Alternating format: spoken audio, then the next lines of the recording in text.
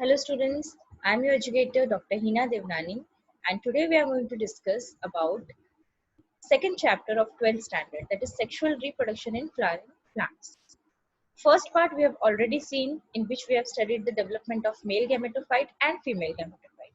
We have also studied the developmental stages of gametes, male gametes as well as female gametes.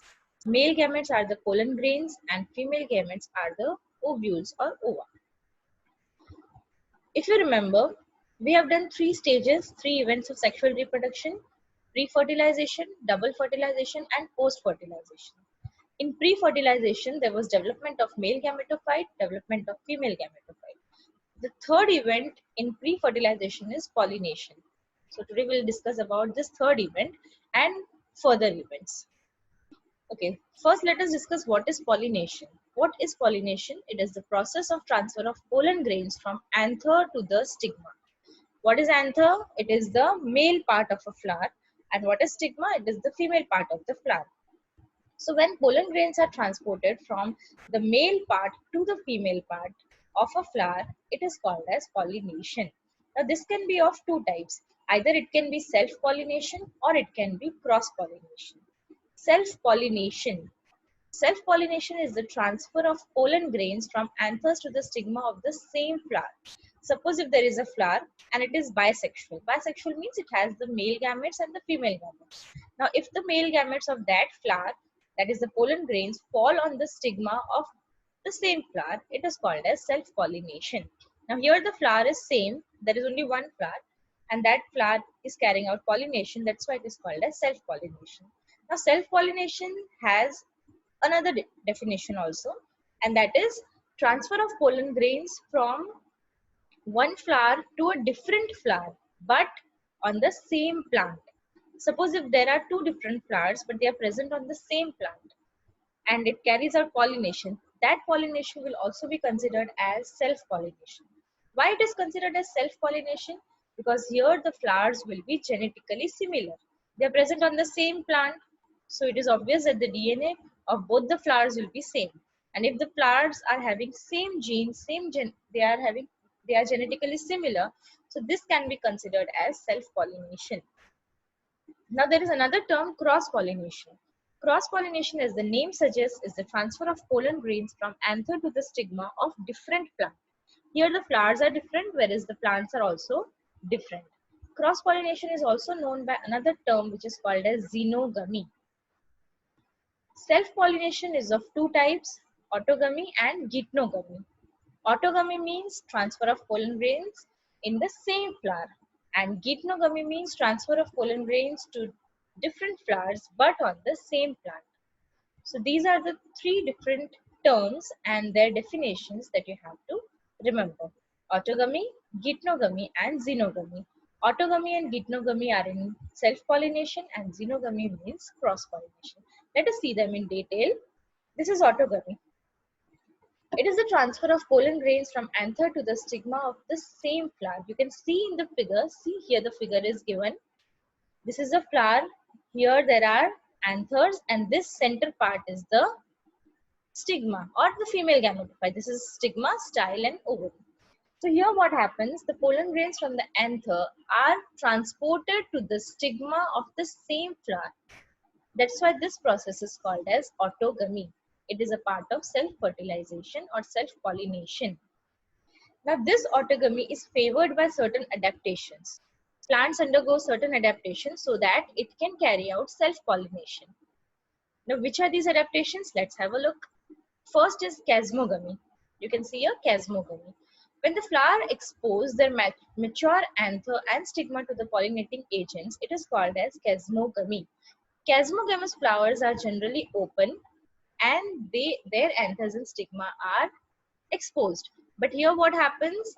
Their anthers and stigma are located very close to each other. They are very close to each other, and that's why the self-pollination chances increase. But here there are some chances that cross-pollination may occur. So it is not 100% self-pollinated plant. Okay. Second is cleistogamy. This is another adaptation. Here what happens, the flowers remain closed. Now, if the flowers are closed, there are no chances of cross-pollination, right? Here you can see in this figure, these flowers are closed. You can see they are closed, right? These flowers are clistogamous flowers. And here the flowers that are open are called as chasmogamous flowers. Chasmogamous flowers generally remain open and there are some chances of cross-fertilization. But in clistogamy, there are no chances of cross-pollination. There are only and only self-pollination. Okay. Third is bud pollination. What happens here? Anthers and stigma generally, they mature before the bud opens or before the flower actually matures. So here also what happens, there are chances of only self-pollination. When the self-pollination will be done, after that the bud will open and form a flower and it will bloom. So these are the three adaptations that are carried out by plants to favor self-fertilization. Now, second thing in self-fertilization is geitonogamy.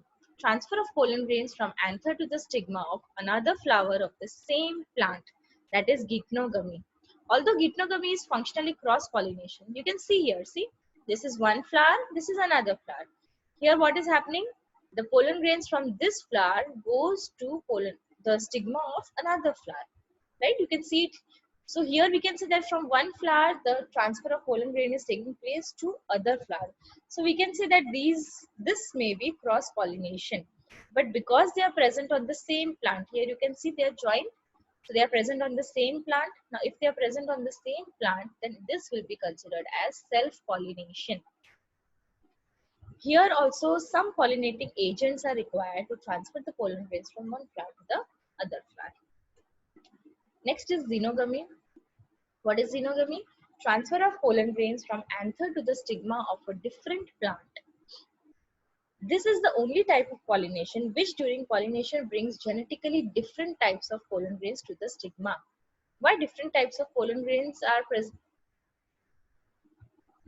are transferred to the stigma? Because the plants are different, so their genes will be different, the DNA will be different. You can see here two trees are shown over here. This is a pollinating agent, a bee. What it does, it takes the pollen grains from this flower and transfers it to the other flower. So this process is known as xenogamy, or you can also call it as cross-fertilization. Now, as we have seen some adaptation, some favored adaptation for self-pollination, here are some devices that will favor cross-pollination. Here the flowers will try to carry out cross-pollination and not self-pollination. Let us have a look which are these devices. First device is unisexual flower. If the flower is unisexual, so there are no chances of self-fertilization, right? It should be on different plants, obviously. Or if the plant itself is dioecious. Dioecious means male and female will be different. So if the plants are different, male and female plants or male and female flowers are different, then there are less chances or no chances of self-fertilization. No chances of autogamy, but few chances of geitonogamy if the plants are not different. Then second device is pollen release and stigma receptivity are not synchronized. The time when pollen is matured, at that time stigma will not be receptive. That means it is not mature enough to receive the pollen grains and carry out fertilization. Or if the stigma is ready to capture the pollen grains, the pollen release will not be proper enough or it will not be synchronized to stigma receptivity. That means both these will be matured at different times. So there won't be any chance of self-fertilization. Now suppose if this is same, if they are not unisexual, they are bisexual, then third device will be different orientation of anther and stigma of flower. In a flower, anther and stigma will be located at different places. Different position will be there. Okay. And fourth is, suppose if all these fail, then fourth is self-incompatibility. Suppose if the pollen grain of that flower falls on the stigma of the same flower, then what will happen? There will not be any type of fertilization because the pollen grains will be incompatible to fertilize the stigma or fertilize the ovules. So that was about types of pollination. In the next video, we are going to discuss about pollinating agents and then we'll be discussing rest of the topics. So if you have any doubt in this, you can contact me and clear your doubts. Till that, thank you. Have a nice day and take care.